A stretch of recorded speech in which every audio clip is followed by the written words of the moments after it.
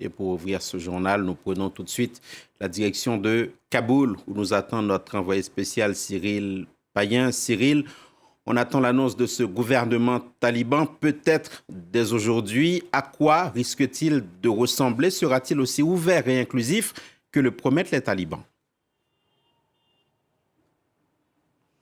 Eh bien, écoutez, on va voir d'abord si les talibans annoncent ce gouvernement. Rien n'est moins sûr, puisque pour l'instant, tout cela relève de la boule de cristal et la rumeur. Et les rumeurs font partie de la société afghane ici.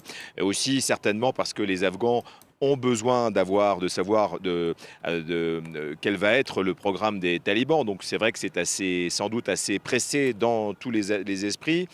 Est-ce que cette promesse de ce fameux mot d'inclusivité qui était aussi dans les esprits de la communauté internationale depuis l'arrivée des talibans au pouvoir, est-ce qu'ils vont tenir cette promesse? Eh bien écoutez, tout reste à voir.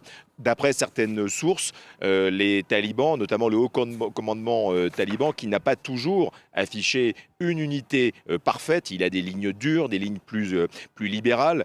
On ne sait pas, on n'est pas certain que, écoutez, tout cela accouche d'un gouvernement inclusif. Alors il pourrait y avoir effectivement tout de même quelques hauts dignitaires, notamment des membres de gouvernements précédents. On parle de Abdullah ou de Hamid Karzai, mais ça serait, et cela je le dis bien évidemment au conditionnel, pour des postes très subalternes quant à la grande question. Là où toute la communauté internationale attend, au tournant ces talibans qui essaient de montrer un nouveau visage, c'est la place des femmes.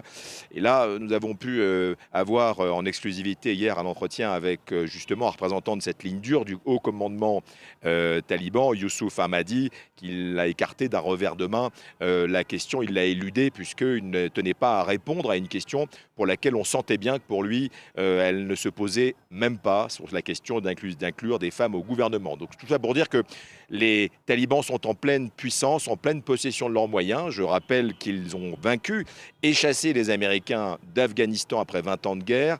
Et c'est ça leurs éléments de langage, c'est ça leur doctrine et leur propagande aujourd'hui. Ils vont former leur gouvernement. Vont-ils annoncer après la prière ce soir comme on le pense ou demain pour le début de semaine ici? Tout cela reste à voir, mais c'est évidemment scruté à l'étranger, ça c'est très très clair. Mais je peux vous dire aussi, et c'est peut-être ça qui a changé dans le millésime de 2021 de l'Afghanistan, avec l'arrivée des talibans au pouvoir, avec celui, si l'on compare avec 1985, c'est que la société afghane a résolument changé. Il y a une colère sourde qui ne s'exprime pas évidemment parce que les armes sont entre les mains des talibans, mais la population afghane, ici notamment dans la capitale à Kaboul, n'a pas accès à de l'argent liquide. Ils font la queue dans les banques en attendant qu'elles ouvrent. Il y a des distributeurs où tout est rationné, donc il y a une pénurie d'argent liquide qui veut dire qu'il y a une implication concrète, directe pour les ménages afghans. Et les administrations ne fonctionnent pas, les universités non plus, les ministères sont fermés, donc aucun dossier, aucun papier ne peut être obtenu. Donc tout cela agace et irrite une population afghane